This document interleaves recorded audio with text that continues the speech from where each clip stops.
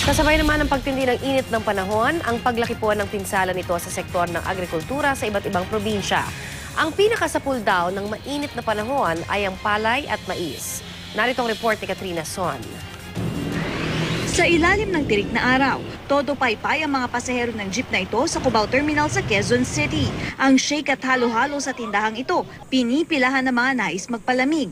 Nitong linggo na itala sa Parañaque City ang pinakamainit na temperatura sa Metro Manila ngayong taon na 38.2 degrees Celsius. Sa mga probinsya, lumalawak na ang pinsalang dulot ng tagtuyot sa sektor ng agrikultura.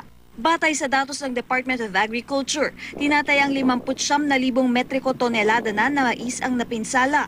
Ang kabuoang halaga ng danyos, aabot sa 823 milyong piso. Sakop ng pinsala ang 34,000 ektaryang maisan. Ang malaking bahagi nito nasa Cagayan Valley, Cordillera Administrative Region, Mimaropa at Bicol. Sa palay naman 5,710 ektarya na ang apektado ng tagtuyot. Katumbas ito ng 0.61% ng kabuoang ektarya ng palayan ngayong cropping season o 0.31% ng inaasahang kabuoang produksyon ng bigas. Kabilang sa mga lugar na mahigpit na tinututukan ng Department of Agriculture ay ang Isabela at Nueva Ecija.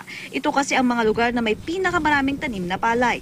Bagaman Oktubre pa inaasahang mararanasan ng epekto ng El Nino, naghahanda na ang Department of Agriculture. Kabilang sa mga inihahanda ng kagawaran ng pag-iimbak ng mga binhi, tamang paglalaan ng alokasyon ng tubig at pagpapalakas ng produksyon sa mga lugar na inaasahang di gaanong tatamaan ng tagtuyot.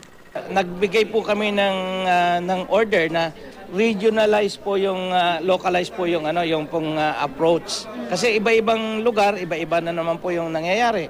Para sa unang balita, Katrina Son reporting.